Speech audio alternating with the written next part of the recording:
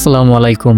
SS ইলেকট্রিকের পক্ষ থেকে সকলকে জানাই স্বাগতম। আজকে আমরা এই সুপার শপটিতে মোট 4টা এসি সেটআপ দিছি।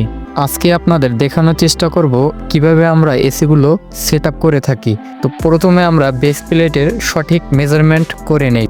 যেহেতু আমাদের 4টা এসি একই লেভেলে বসবে সেহেতু মেজারমেন্ট খুবই গুরুত্বপূর্ণ। এখন কলম দিয়ে মার্ক করা স্থানগুলো ড্রিল করে নিতে হবে রয়্যাল প্লাগ ঢুকানোর জন্য।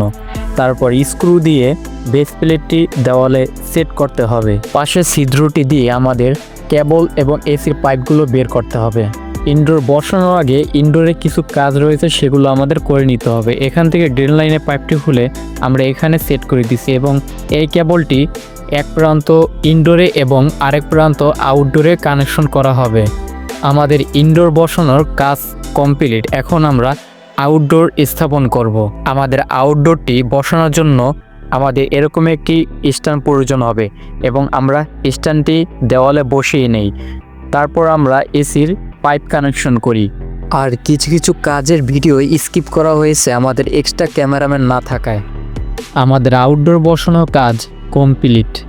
আর এই হচ্ছে আমাদের ফাইনাল রেজাল্ট।